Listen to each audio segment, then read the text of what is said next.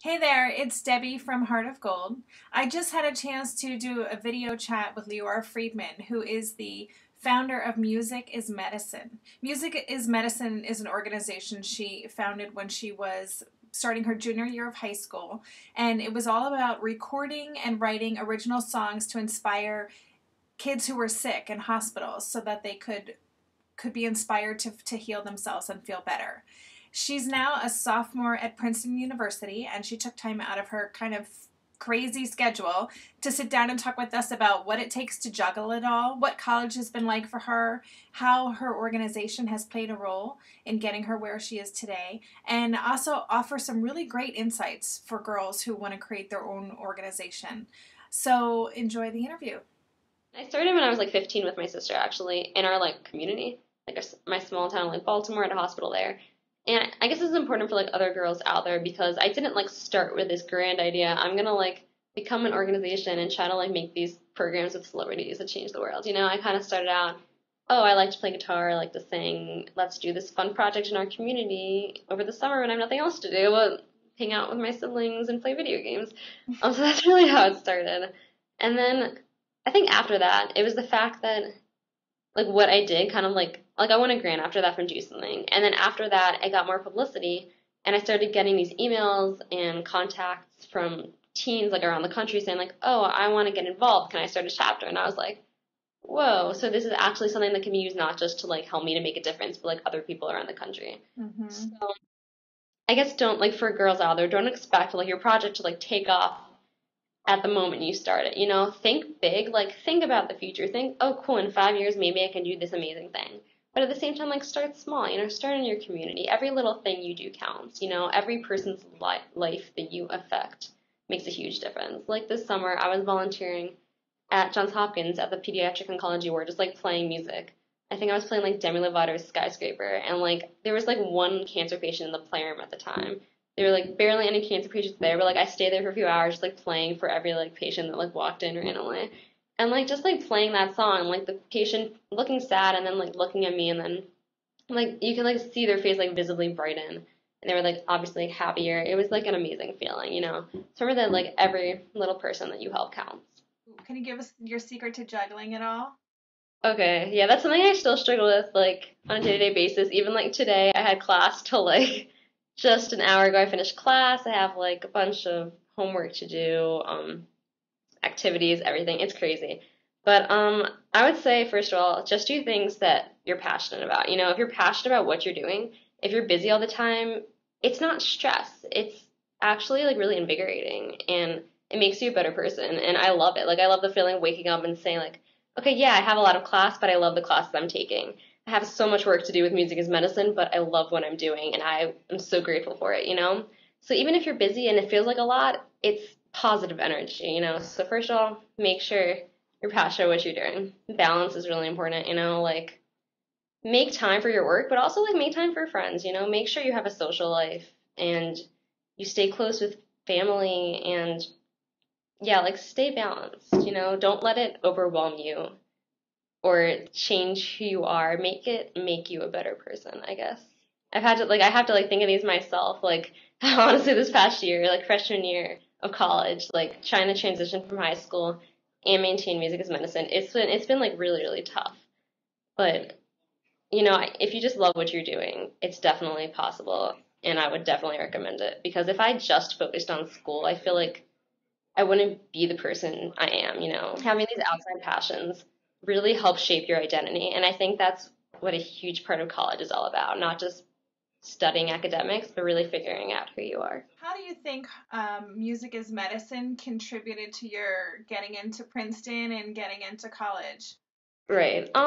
Okay, I would say universities, like, obviously they want, like, a smart person who applies themselves and works hard, but they look for people who are really passionate and care about things and activities and I mean, I don't want to say like I think music is medicine got me into college, but I think if a person at a young age demonstrates that they can be a leader, they can take something that they love and realize that they have the capacity to really make a difference and change the world, and at a young age to really put themselves out there and make the world a better place. I think college is really it's really appealing to colleges. And,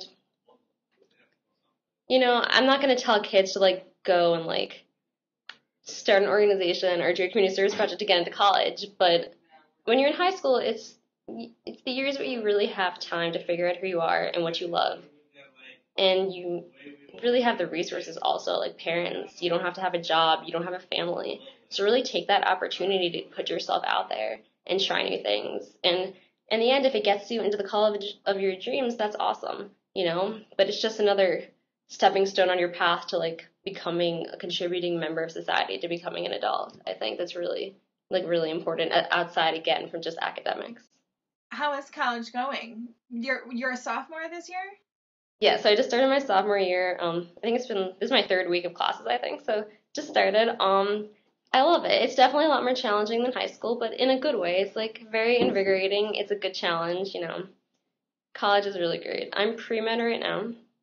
I'm thinking about majoring in a social science or humanities, like politics or English. And we also have a special major here called the Woodrow Wilson School of Public and International Affairs, which is very relevant to my interest in nonprofit work and public affairs. So you have to apply for that. So I'll apply for that and see this year if it's something I want to do. Who are your role models, or have you had mentors along the way?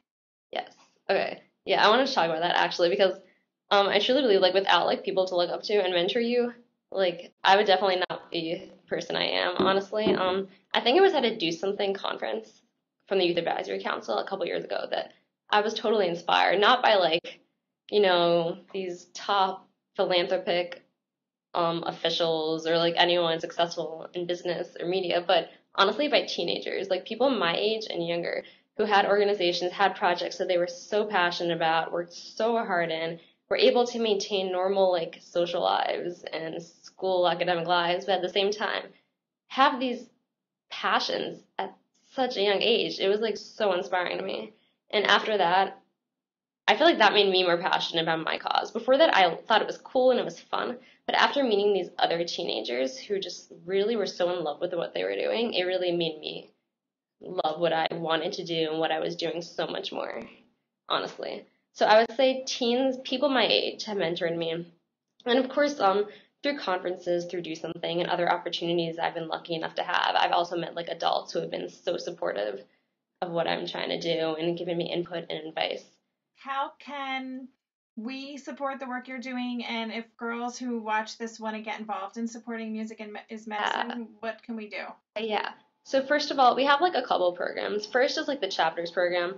Our mission is to really empower teens, not just teens, but like any musicians to use their talents, use what they love to give back, specifically to the medical field. So contact us, go to our website, musicismed.org, and fill out a contact form and let us know that you want to get involved and start a chapter, and we'll like give you the tools to get involved in your community at a local pediatric center and start using music to make a difference in these kids' lives. Our second program is a more like national program that we've actually just started working on this summer. It's called the Donate a Song Project, where we encourage celebrities to donate an original song they write to a child with a disease. Right now, we're working with a girl with cancer who just turned 14 years old today. Happy birthday, Brooke. She is working with Drew Seeley, who is now filming a movie with ABC Family that will be released in late spring, I think. It's called Elixir. I just read about it yesterday. It looks cool. He's more famously known from Another Cinderella Story with Selena Gomez. He was nominated for an Emmy for his work with High School Musical. So he is a very talented actor, dancer, singer, songwriter. And he's also Brooke's favorite celebrity. She got to Skype with him in August, I think. That's And awesome. she was so excited. There's actually a video of it on YouTube that I can send to you, or you may have seen. Yeah, and it's really adorable. So he just finished writing the song for her, and it's also recorded. And I believe he's also going to be making a music video for it. So around Thanksgiving time, that song and that music video will be available for purchase by the public, and the purpose will be to raise money for cancer research for the Johns Hopkins research team of pediatric oncology, and to just inspire people and raise awareness about childhood disease and inspire patients and people everywhere just to be strong. And in terms of learning how to do what I do, how to do nonprofit work and public service, I guess mentors can help you only to a certain extent, but I feel like most of what you learn by actually doing. You know, like you can like go online, do some research, read a book, email someone for advice. But at the end of the day, you don't really know how to like play the field until you actually experience it and just try new things and take risks. And I think that's a huge part of it. Just put yourself out there, be confident, be strong. So many people assume that you don't fail because like you seem successful. It's like, oh, everything's so easy for you. You're so lucky. No failure. But what they don't see is that beneath all the success are like for like each one big success is like hundreds of little failures along the way that you had to overcome and be strong enough to say like, okay, this is a failure, but like thank God for this failure because it's teaching me something that I will never forget. It's making me stronger and I can overcome this and get to something better. So one message I really try to send to people is that failures are actually like a good thing. It shows that you're trying and it shows how much you can really overcome to get to something better. So failure is awesome and I would recommend it. I guess the biggest piece of advice I would say is this sounds like kind of cheesy, but honestly, like believe in yourself. You know, there's gonna be people out there who put you down and think like, you know, you're just a teenager, just like focus on school or friends, go hang out or go to a party, like be normal. And you think you're weird and this is not what you should be doing. Even like your parents might give you doubt. Like they might be concerned, like, why are you so keen on trying to make a difference in such a young age? You know, focus on school, be a normal teenager. But what you really have to do is like take in those challenges, but see them as challenges that shouldn't like break you down. You can totally overcome that doubt. In addition to doubt from others, also self-doubt. You know, along the way, you're going to ask yourself, like, am I wasting my time? Am I really, like, good enough to really make an impact? Am I really making an impact? You know, should I be doing this? And, you know, doubt and self-doubt, it's going to be something that's inevitable. But like I said about failure, trust in yourself that, like, you are important. You are awesome enough to make a difference. And just, like, put yourself out there and take risks. Because if you don't try, you never know what could happen, you know?